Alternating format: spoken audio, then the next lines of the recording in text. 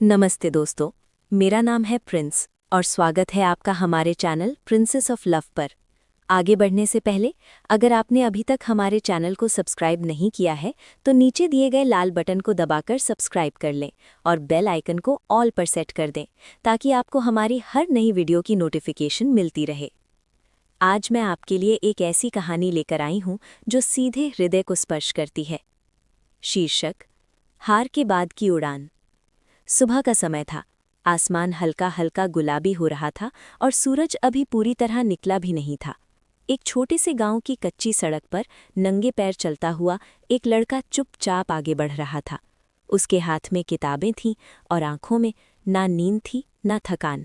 बस एक सवाल था, क्या मेरी जिंदगी कभी बदलेगी? उसका नाम था आरव। गरीबी का सच। आरव बहुत गरीब परिवार से था। उसके पिता एक छोटी सी दुकान पर मजदूरी करते थे और माँ दूसरों के घरों में बर्तन मांजती थी। घर में ना पंखा था, न ढंग की छत और ना ही कभी पूरा खाना। कई बार माँ आधा खाना खाकर कह देती, मेरा पेट भर गया है बेटा। लेकिन आरव जानता था माँ झूठ बोल रही है। रात को जब पूरा गांव सो जाता तब आरव छत की टूटी खपरेल को देखता हुआ चुपचाप सोचता, भगवान, क्या गरीब होना कोई गुनाह है? सपने देखने की सजा। आरव पढ़ाई में तेज था। स्कूल में टीचर कहते, ये लड़का कुछ बनेगा, लेकिन मोहल्ले वाले कहते, अरे छोड़ो, गरीब का बच्चा है, मजदूरी ही करेगा। एक दिन आरव ने कहा, मैं बड़ा होकर अफसर बनूंगा। लोग हंस पड़े। किसी ने कहा, अफसर बनने के लिए पैसे चाहिए। किसी ने कहा, तेरे जैसे सपने नहीं देखते। वो हंसी आरव के कानों में चुभ करी।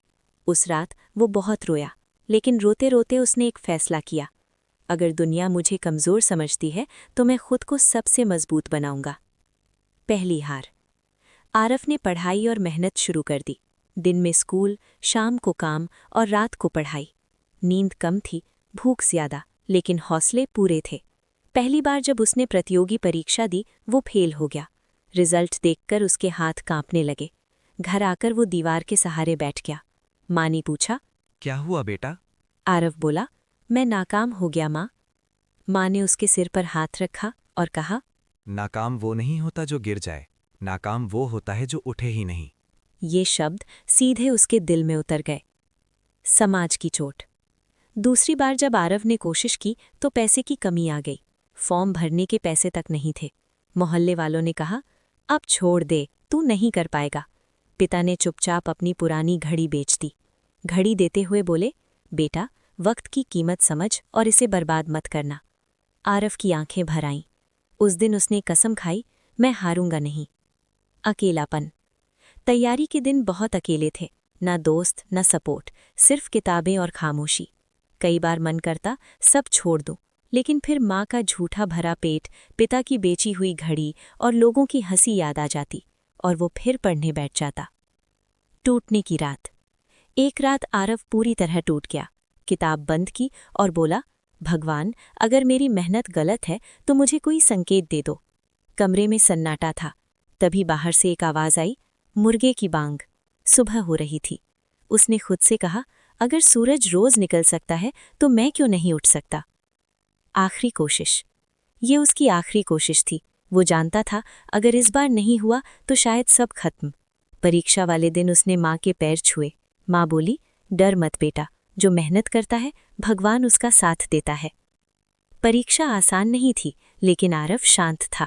हर सवाल के साथ वो खुद से कहता, ये सिर्फ सवाल नहीं, मेरी जिंदगी है। परिणाम। रिजल्ट के दिन पूरा गांव इकट्ठा था। आरव का नाम लिस्ट में सबसे ऊपर था। कुछ पल उसे यकीन ही नहीं हुआ। फिर वो जोर से रो पड़ा। माँ रो रही थी, पिता की आंखें नम थीं। वही लोग जो कभी हंसे थे आज चुप थे। सीख। आरव अफसर बन गया, लेकिन उसने गांव नहीं छोड़ा। उसने कहा, मैं यहाँ रहकर दूसरों को सपने देखने की हिम्मत दूंगा। और सच में उसकी कहानी आज हजारों लोगों को खड़ा कर रही है। अंतिम संदेश। अगर आप आज थके हुए हैं तो याद रखिए, थकान हार नहीं होती। अगर लोग आप पर हंस रहे हैं तो समझ लीजिए आप कुछ अलग सोच रहे हैं। और अगर रास्ता मुश्किल है तो यकीन मानिए मंजिल बहुत बड़ी है। तो दोस्तों, अगर आपको ये कहानी पसंद आई हो तो चैनल को लाइक, शेयर और सब्सक्राइब जरूर करें। जय श्री कृष्णा।